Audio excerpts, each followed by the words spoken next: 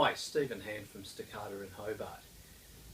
I want to discuss an excerpt from a book that was placed up on a Facebook group by Corey Winslow, and it was an attempt by him to defend his view of silver. And in fact it does exactly the opposite. It actually defends my view of silver, and which is of course what silver actually writes. And what he put up was an excerpt from a book on épée fencing, where it talks about the problem of the traditional classical fencing view of extend and then lunge. And basically and I'll remind you that one of the criticisms that's been levelled at me is that the way I attack is like the way people attack in classical fencing, which is absolutely not the case, and it's completely an attack that's completely without foundation. So what this guy is saying is that in classical fencing, firstly he says that if we define the speed of the foot as being 1 unit, then typically tests have found that the speed of the hand is about 1.5 units. Now if we extend, the movement of the point towards the opponent is 1.5. If we then step, if we then fully extend and then step, then the speed of the advancing point is the same speed as the foot movement, so it becomes 1. So what this guy is saying is that what you want is you want maximum point speed at the business end of the action. So you want to extend and step as you're extending, so that the speed of your extension, 1.5, is added to the speed of your step. 1.5 plus 1 is 2.5. So the business end of the action, the total speed of your advancing point is 2.5 arbitrary units. Now, Winslow, writing about this, he said, any time that an attack here or anywhere relies upon the motion of foot or feet in order to allow it to reach the opponent, then the attack is thereby made as slow as the speed of the foot, which Silver calls a false time and constantly advises against. Now, Silver doesn't say that at all. He says that what constitutes a false time is when you lead with the feet. And so he's basically saying that if I step forward as I attack, my attack is going to be slower. Now, I normally work with Aristotelian physics, which is the physics that Silver had access to and the only physics that he could have understood. But today I'm going to look outside that. I'm going to look purely using modern physics. I'm going to look at raw speed, right? Speed that could be measurable in kilometres per hour. So I'm going to go outside and I'm going to show you how what Winslow says is just demonstrably not true.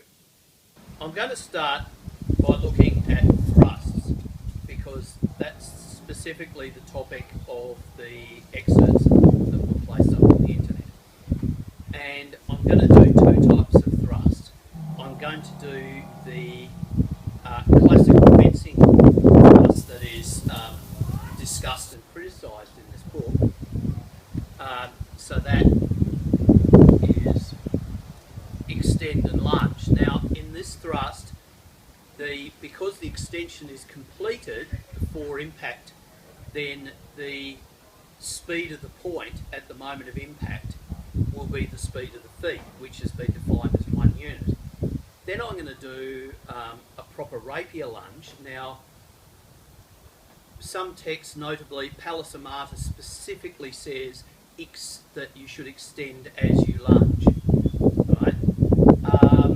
And so if you do that, the speed of your hand will be added to the speed of your feet. So if the speed of your feet speed is 1, speed of your hand is 1.5, the total speed at the moment, the total point speed at the moment of impact will be 2.5. Now this is a sharpish rapier. It hasn't got a needle point, but it's definitely sharp enough to go through a bottle if I had proper mechanics. So let's start with the classical.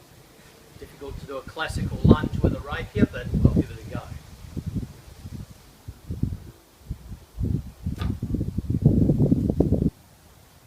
So a little bit of an effect. Let's see now with a rapier lunge.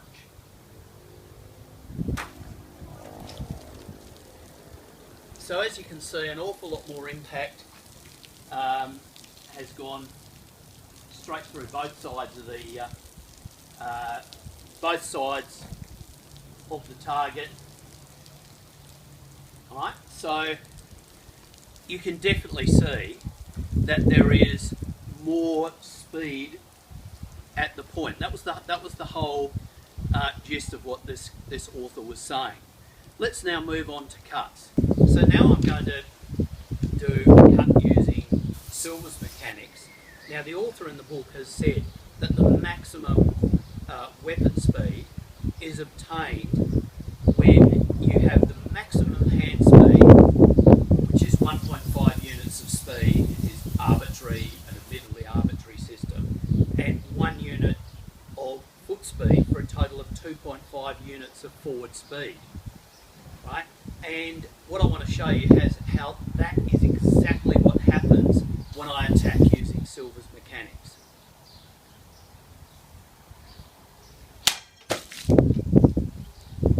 Anyone who claims that my sword was travelling slowly at the point of contact, well, I don't know what I can say to you.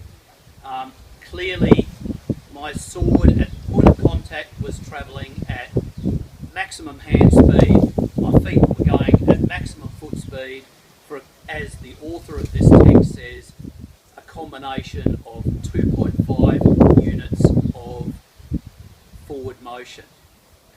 So, claiming that an attack where you put in the foot, where the foot's required to bring you within distance, is somehow slower, is just bizarre, and I really don't know. Corey Winslow has completely contradicted the physics of Silver's day, Aristotelian physics, and has Silver using the language of Aristotelian physics that all of his educated audience will understand, but using it to mean something quite different, and not considering for one moment that it might be an idea if he's going to use that language differently to explain to his audience that's what he's doing. Now he's claiming that a speed of 1.5 full speed with the hand is faster than 2.5 full speed with the hand plus full speed with the body and feet.